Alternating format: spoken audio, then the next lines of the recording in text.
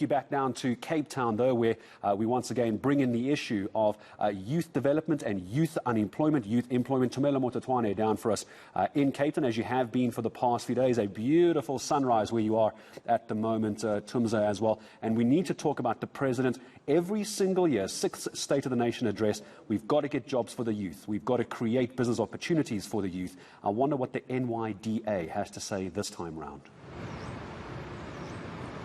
Absolutely, Gareth. That's precisely why we do have the National Youth Development Agency with us this morning to talk exactly about that. Youth participation in the economy, the support and the relief they need, especially with the impact of COVID-19 this past year and a couple of months. I'm joined now by the Executive Chairperson of the NYDA, Ms. Asanda Luwaca. Thank you for your time and good morning to you, Asanda. Your reaction to the President's SONA speech last night, particularly focusing on youth support, are you satisfied? I think as the agency, and in fact as a young person myself, there was a lot of emphasis in the President's address last night that's youth focused, right? You'd know, Tumela, last year, the President, for instance, had made an announcement that the NYDA would be supporting 1,000 youth-owned enterprises in 100 days in collaboration with the Department of Small Business. So where we're sitting as an agency, we are committed to monitoring such announcements last year. But particularly this year, we're so excited. There were various announcements by the President. One, when we look at youth-owned enterprises, the reviewing of the Business Act, is highly commendable. And really will ultimately cut the red tape that makes it costly and difficult for young enterprises to enter into the sector. But secondly, there was the President spoke about the presidential employment stimulus, which will ultimately employ or create 850 work opportunities. Yeah. And you know that about 80% of those are young people. The beneficiaries of those are young people. But then I think also the sword in our growing democracy is this idea that in as much as jobs have been created and we are fostering conducive environment for education. Right. But the reality is that we still have a high number of unemployed graduates. Yes. So we do also welcome the announcement that the Department of Higher Education and Training will be intaking about 10,000 unemployed graduates. Absolutely. Yeah. And I appreciate the fact that the President didn't just thumbs up numbers, also saying there were 2 interns that assisted him in actually understanding what's really happening on the ground, highlighting that it's really discouraging to be a graduate, and yet there's the red tape that comes with experience, which obviously graduates don't have, and saying that he will be definitely looking into that. Yeah.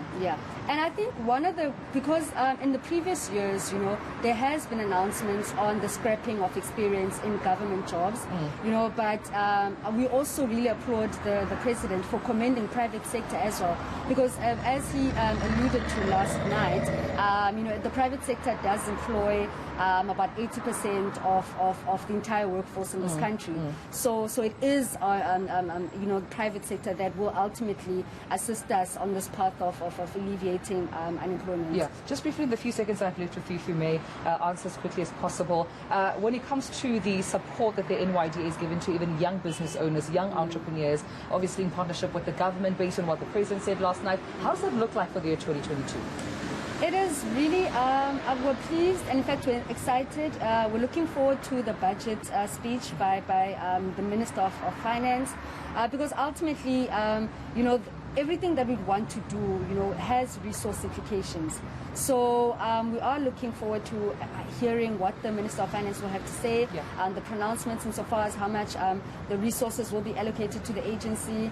But also, I think we need to leverage on ensuring that we harness private and public partnership, because ultimately, and what the President was saying, that government cannot be the sole creator of jobs.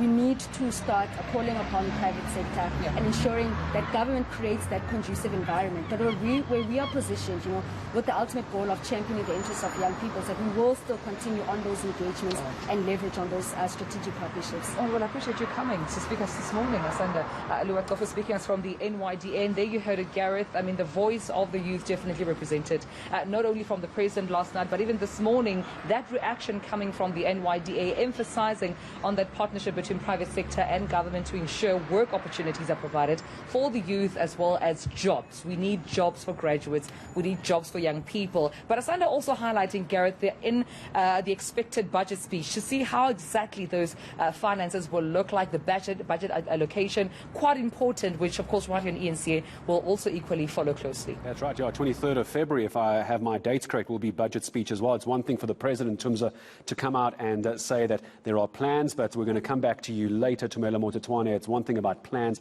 but you need the money to support those plans as well. And that's what budget speech is going to be, almost echoing what came out of the State of the Nation address. So how do we do it? But then, how do we pay for it?